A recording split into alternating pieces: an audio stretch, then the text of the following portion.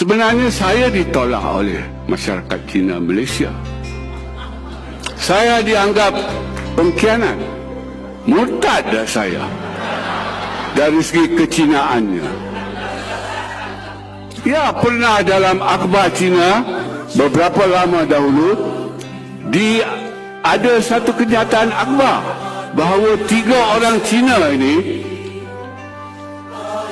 pemikiran mereka tidak mewakili masyarakat Cina Malaysia. Maksudnya tak boleh pakai 3 orang ni.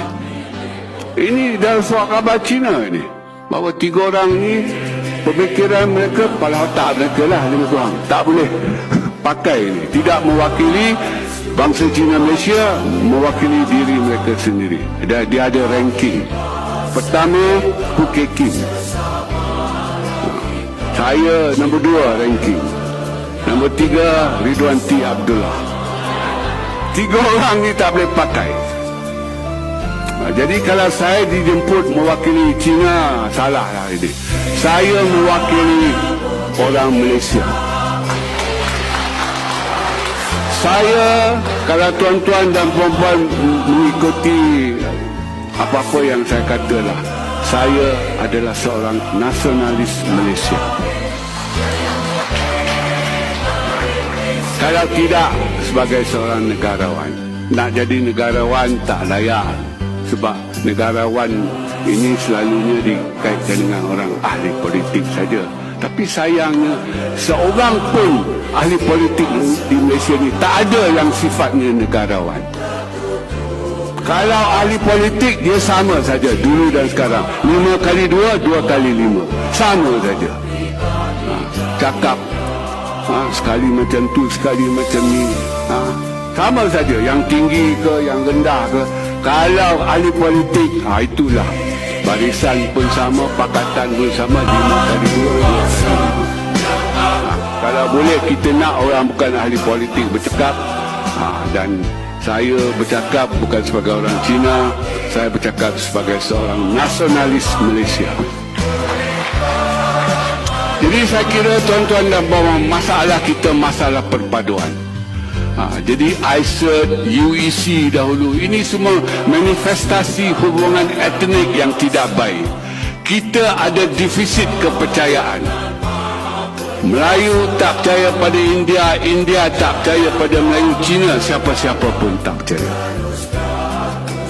Ini masalah kita. Kita hidup macam satu bangsa, tapi masing-masing tak percaya. Ini masalah. Mengapa tak percaya?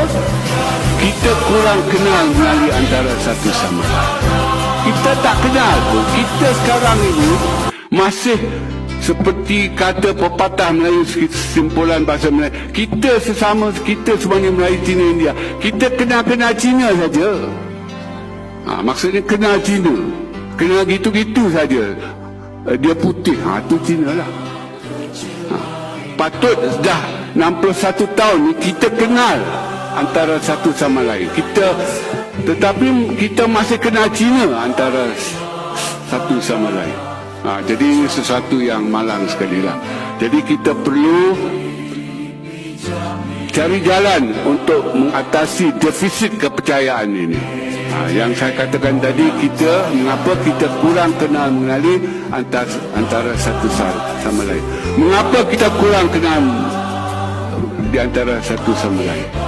Sebab kita, sistem pendidikan kita memisah-misahkan kita semua. Itu sebab anak bangsa kita berpecah-pecah kerana sistem pendidikan negara kita membenarkan dan menggalakkan pengasingan etnik berlaku pada usia yang muda. Waktu tadika lagi kita dah pisah-pisahkan anak kita, dan mereka ke sekolah rendah pun terpisah-pisah. Apabila kita cuba menyatu padukan mereka di sekolah menengah, itu kurang menjadi, tak jadi langsung, kerana ramuan bersatu padu itu tak pernah kita tanam di sekolah. Sebab sekolah kita berbagai-bagai. Sepatutnya kita hanya mengamalkan sistem persekolahan satu aliran sahaja. Singapura, tuan-tuan dan puan-puan, macam kita, ada Cina, ada Melayu, ada India. Tetapi untuk pendidikan, Singapura tidak membenarkan kepelbagaian. Tak boleh. Di Singapura hanya ada satu aliran persekolahan saja. Dan kita dapat lihat anak bangsa Singapura, baik Melayu, Cina dan India, semuanya mendukung jati diri Singapura yang sama. Kita tak dapat bina jati diri serupa dalam kalangan anak bangsa kita, sebab bersekolah di tempat yang berbeza-beza. Ada yang sekolah kebangsaan, ada yang ke sekolah vernacular, ada yang ke sekolah agama, ada yang bersekolah swasta dan sebagainya. Maksudnya acuan kita berbagai-bagai. Jadi saya kira ISET ini satu masalah betul. Tetapi yang lebih penting lagi ialah ia manifestasi hubungan etnik kita yang tidak baik. Dan saya kira kita perlu cari jalan, dan salah satu resolusi Kongres ini ialah